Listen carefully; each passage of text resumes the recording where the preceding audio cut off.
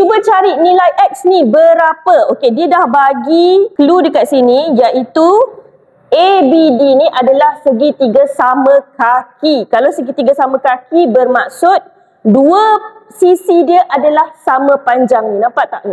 Ada garisan kan? Kalau dua sisi dia sama panjang bermaksud dua sudut ni pun sama juga dia punya darjah dia lah. Sudut dekat A sama dengan sudut dekat D.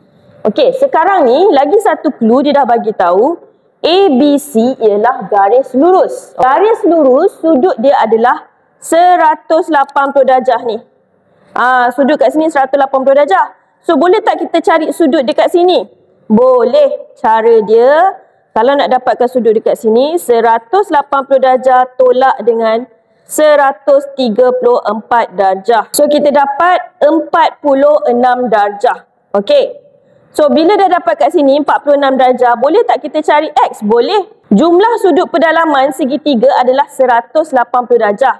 So, kalau kita nak dapat dua sudut yang sama ni, kita ambil jumlah sudut pedalaman segitiga 180 darjah, tolak dengan sudut yang ini 46 darjah. So, kita dapatlah 134 darjah.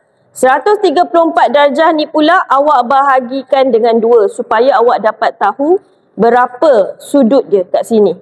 Okey, 134 bahagi 2 awak dapat 67 darjah. Maksudnya sudut dekat A 67 darjah, sudut dekat D pun 67 darjah. Kalau awak tambah semua ni 67 tambah 67 tambah 46, so dapat 180 darjah. Jawapan dia ialah C.